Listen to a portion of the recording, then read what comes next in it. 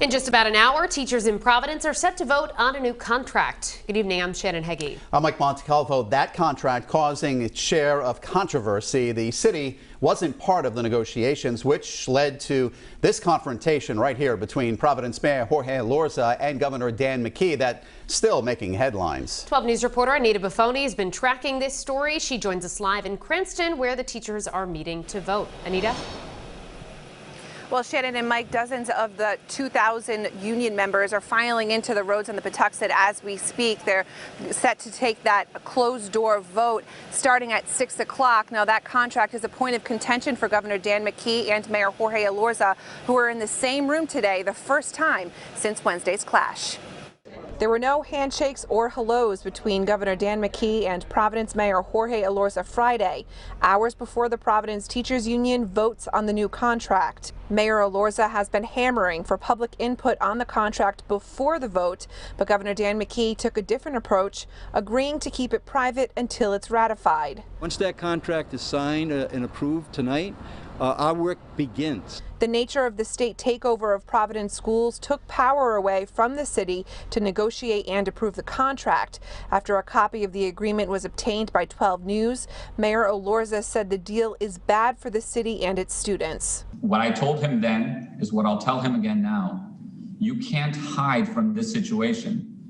Doing this in secret is not the way to do it. You know, it was a behavior that was, that was a little too aggressive, and other than that, I think that we're on board with getting this contract ratified tonight. The tentative contract makes modest changes to the previous one. It includes pay raises, a crackdown on sick time abuse, and requires parent-teacher conferences. Now, that contract agreement has already been signed by the union president and the education commissioner. It will be made public once it's officially ratified by all of the union members. We are expected to hear from the union president once this vote takes place. We will bring you that outcome as soon as it happens. For now, live in Cranston, I'm Anita Baffoni, 12 News. Providence teachers voting on a new contract just came to an end on a new controversial deal. I'm Mike Montecalvo. And I'm Shannon Heggie. Teachers began lining up for the vote about an hour ago. 12 News reporter Anita Baffoni is live outside roads on the Patuxent where teachers were voting today. Anita? Well, Mike and Shannon, just about 10 minutes ago, we saw hundreds of those union members piling out of the roads on the Patuxent with smiles on their face. They're really excited, some telling me candidly that the vote is taking place. We're not sure exactly what took place as of now. We're waiting to hear from the union president, but we do know that the governor is really pleased with this contract. He says it will help turn around Providence schools, but the city mayor disagrees. The tentative contract has been subject to political debate and hundreds of hours of negotiations. It's expected to be ratified by the teachers union tonight. Once it's approved by union members, Governor Dan McKee says that's when the work of turning around Providence schools can begin.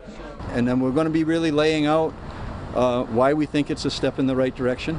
And for that to happen, we need all our elected officials that represent Providence, and we'll be contacting them all to really rally behind the effort. This agreement already has been signed by the union president and education commissioner, going into effect when it's ratified, all before it officially being made public. That's a point of contention for Mayor Jorge Elorza, who has been calling for the details to be made public before it's approved. This is just unacceptable. Their inability to see eye to eye on this causing this clash between the two Wednesday, the mayor having to be separated from the governor by security. The contract makes modest changes to the previous one. It includes pay raises, a crackdown on sick time abuse, and requires parent-teacher conferences. We're going to have to get everybody on board, including people who maybe have pushed against this effort. It's going to be their decision whether they're going to come on board or not.